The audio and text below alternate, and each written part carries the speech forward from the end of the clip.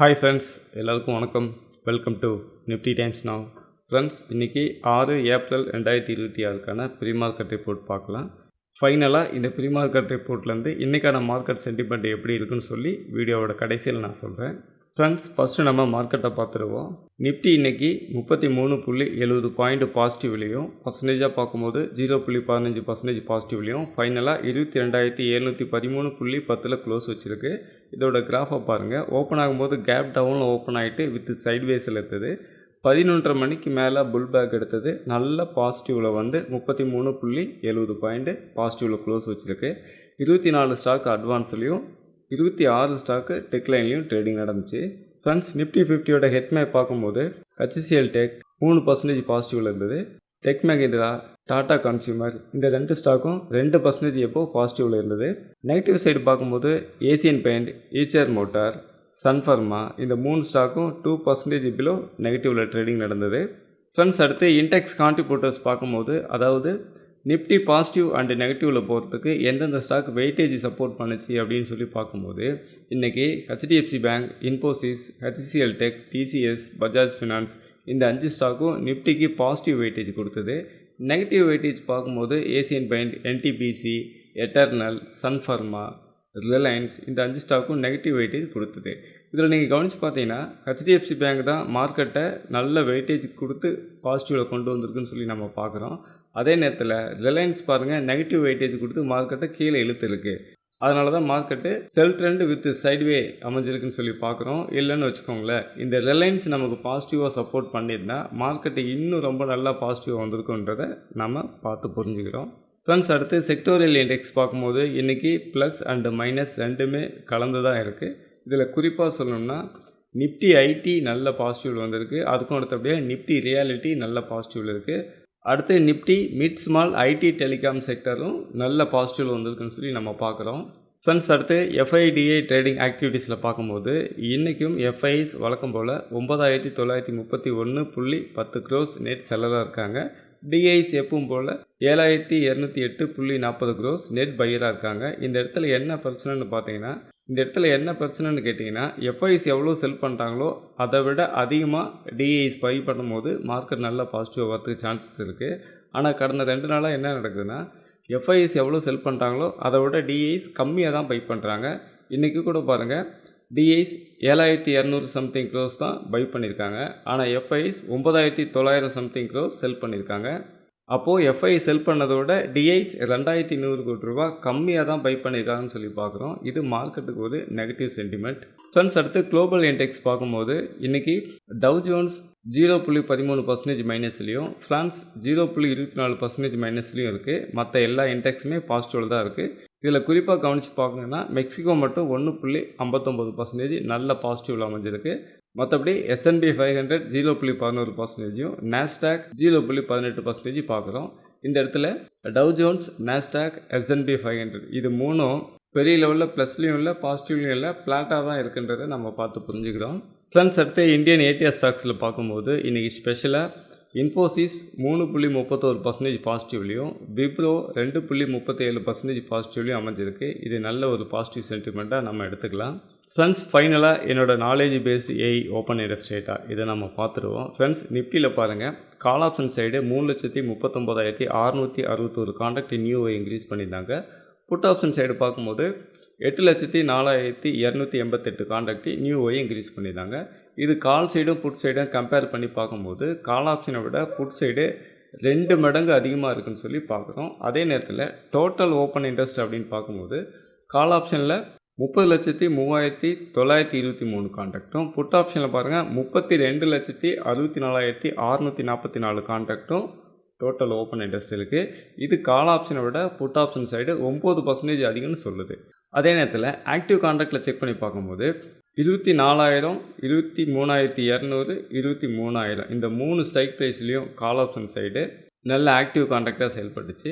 இதில் குறிப்பாக பார்க்கணுன்னாக்கா 24,000 கால் ஆப்ஷனில் 30,585 கான்ட்ராக்டும், 23,200 கால் ஆப்ஷனில் 15,399 கான்ட்ராக்டும், 23,000 கால் ஆப்ஷனில் 29,232 கான்ட்ராக்டும் நியூவை இன்க்ரீஸ் பண்ணியிருந்தாங்க. புட் சைடு ஆக்டிவ் கான்ட்ராக்ட் பார்க்கும்போது 22,300, 22,200, 22,000 புட் ஆப்ஷன் இந்த 3 ஸ்ட்ரைக் ப்ரைஸும் நல்ல ஆக்டிவ் கான்ட்ராக்டாக செயல்பட்டுச்சு. இங்கே ஓப்பன் இன்ட்ரெஸ்ட் பார்க்கும்போது 22,300 புட் ஆப்ஷனில் 31,272 கான்ட்ராக்டும், 22,200 புட் ஆப்ஷனில் 29,529 கான்ட்ராக்டும், 22,000 புட் ஆப்ஷனில் 53,827 கான்ட்ராக்டும் நியூவை இன்க்ரீஸ் பண்ணிடலாங்க. இந்த இடத்துல கால் ஆக்டிவ் கான்ட்ராக்டை விட புட் ஆக்டிவ் கான்ட்ராக்டில் தான் அதிகமான ஓஏ இருக்குன்னு சொல்லி பார்க்குறோம். அதுலேயும் குறிப்பாக 22,000 53,827 கான்ட்ராக்ட் நியூ ஓஏ கிரியேட் பண்ணியிருந்தாங்க. அப்போது ஆக்டிவ் கான்ட்ராக்டில் பார்க்கும்போதும் புட் சைடு அதிகமான ரேட் இருக்காங்க, நெட்டாக பார்க்கும்போது புட் சைடு அதிகமாக இருக்காங்கன்னு சொல்லி நம்ம பார்க்குறோம். அதுவும் கால் சைடோட புட் சைடு 2 மடங்கு எபோ இருக்காங்கன்னு சொல்லி பார்க்குறோம். இது மார்க்கெட்டுக்கு ஒரு பாசிட்டிவ் சென்டிமெண்ட்டை நம்ம எடுத்துக்கலாம். அடுத்து எஃப்ஐஸ் அவங்களோட ஓப்பன் இன்ட்ரெஸ்ட் எவ்வளோ வச்சுருக்காங்கன்னு சொல்லி பார்க்கலாம். ஃப்ரெண்ட்ஸ் பாருங்கள், இந்த இடத்துல எஃப்ஐஸோட ஓப்பன் இன்ட்ரெஸ்ட் நான் செலக்ட் பண்ணி எடுத்துருக்கேன். இன்டெக்ஸ் ஃபியூச்சர் கான்ட்ராக்டில் பார்க்கும்போது எஃப்ஐஸ் மார்க்கெட் மேலே ஏதுன்னு சொல்லிட்டு 4,583 கான்ட்ராக்டும், அதே நேரத்தில் எஃப்ஐஸ் மார்க்கெட்டு கீழே இறங்குன்னு சொல்லி 7,782 கான்ட்ராக்டையும் ஓஏ கிரியேட் பண்ணியிருக்காங்க. இந்த இடத்துல எஃப்ஐஸே மார்க்கெட் ட்ரெண்டு புரியாமல் கன்ஃபியூஷனாக இருக்காங்கன்னு சொல்லி புரிஞ்சுக்கலாம். ஏன்னா பாதி எஃப்ஐஸ் மார்க்கெட்டு மேலே ஏறுன்னு சொல்லி 4,583 கான்ட்ராக்ட் லாங் கிரியேட் பண்ணியிருக்காங்க. இன்னும் பாதி எஃப்ஐஸ் என்ன பண்ணியிருக்காங்க, 7,782 கான்ட்ராக்ட் மார்க்கெட்டு கீழே தான் இறங்குன்னு சொல்லி ஓஏ கிரியேட் பண்ணியிருக்காங்க.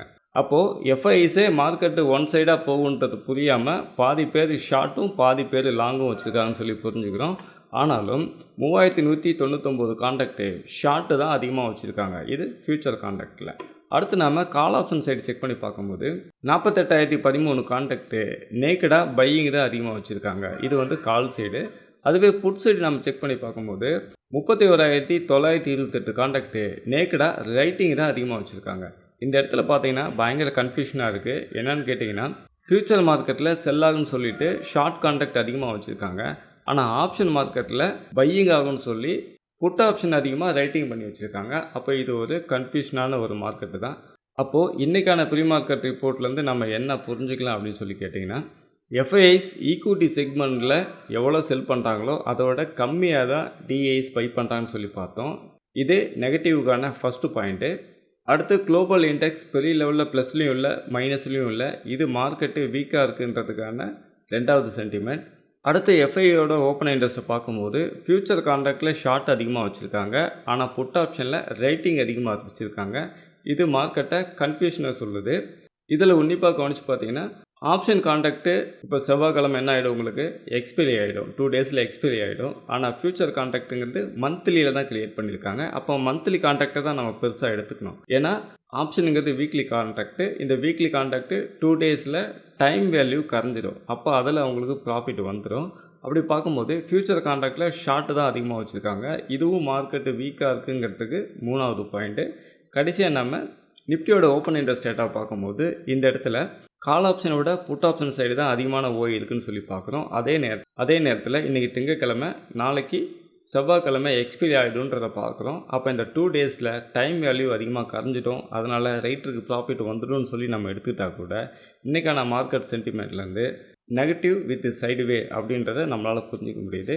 ஃப்ரெண்ட்ஸ், ஃபைனலாக டிஸ்க்ளைமர், நான் செபி ரிஜிஸ்டர்ட் அனலிஸ்ட்டு கிடையாது. இந்த வீடியோவில் சொல்லப்பட்ட ஓப்பன் இன்ட்ரெஸ்ட் கண்டென்ட் எல்லாமே போன வெள்ளிக்கிழமை என்ன நடந்துச்சு அப்படின்னு சொல்லி பார்த்து நம்ம சொல்லியிருக்கோம். இன்றைக்கி மார்க்கெட் ஓப்பன் ஆகும்போது என்ன வேணாலும் மாற்றங்கள் நடக்கலாம். அதனால் நீங்கள் ட்ரேடிங் பண்ணும்போது உங்களோட ஓன் ரிசர்ச்சில் உங்களோட சொந்த முடிவில் நீங்கள் ட்ரேடிங் பண்ணுங்கள். அடுத்து நீங்களும் இந்த மாதிரி ஓப்பன் இன்ட்ரெஸ்ட் டேட்டாவை கற்றுக்கிட்டு மார்க்கெட்டில் ட்ரேடிங் பண்ணணும்னு நினச்சிங்கன்னா என்னை காண்டாக்ட் பண்ணுங்கள். என்னோடய மொபைல் நம்பர் இந்த இடத்துல இருக்குது. ஓப்பன் இன்ட்ரெஸ்ட்னா என்ன, ஓப்பன் இன்ட்ரெஸ்ட்டோட கேரக்டர் லைவ் மார்க்கெட்டில் எப்படியெல்லாம் சேஞ்சஸ் ஆகும், அந்த ஓப்பன் இன்ட்ரெஸ்ட்டோட சைக்காலஜியை புரிஞ்சுக்கிட்டு நாம் எப்படி ட்ரேடிங் பண்ணோம், இதை பற்றி நான் மாஸ்டர் கிளாஸஸ் இருக்குது.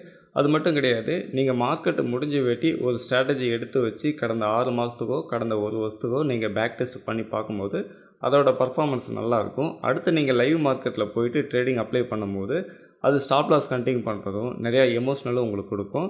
ஆனால் நம்மளுடைய மாஸ்டர் கிளாஸஸில் லைவ் டேஸ் ஜிமீட்டில் லைவ் அப்டேட் கொடுக்குறோம். அப்போ நீங்கள் மார்க்கெட்டை கற்றுக்கிறதே லைவ் மார்க்கெட்டில் கற்றுக்கும்போது அதோட புரிதலும் உங்களுக்கு லைவ் மார்க்கெட்லேயே இருக்கும். அப்போ லைவ் மார்க்கெட்லேயே நீங்கள் ப்ராக்டிஸ் பண்ணும்போது உங்களோட கான்ஃபிடென்ட் லெவல் அதிகமாகும். உங்களோட கான்ஃபிடென்ட் லெவல் அதிகமாச்சுன்னா உங்களோட லாஸஸை கம்மியாகிட்டு ப்ராஃபிட்டபிள் ட்ரேடராக மாற்றக்கான நிறைய சான்சஸ் இருக்குது. தேவைப்படுறவங்க இந்த மொபைல் நம்பருக்கு கான்டாக்ட் பண்ணுங்கள். ஃப்ரெண்ட்ஸ், இந்த வீடியோ பற்றின கருத்துக்களை மறக்காமல் கீழே கமெண்டில் சொல்லுங்கள். இந்த வீடியோவை உங்களோட ஃப்ரெண்ட்ஸ் அண்ட் ஃபேமிலிக்கு ஷேர் பண்ணுங்கள். அவங்களுக்கும் இந்த நாலேஜ் போய் சேரட்டும். இந்த வீடியோ உங்களுக்கு ரொம்ப யூஸ்ஃபுல்லாக இருந்திருக்கும்னு நம்புகிறேன். தேங்க்ஸ் ஃபார் வாட்சிங்.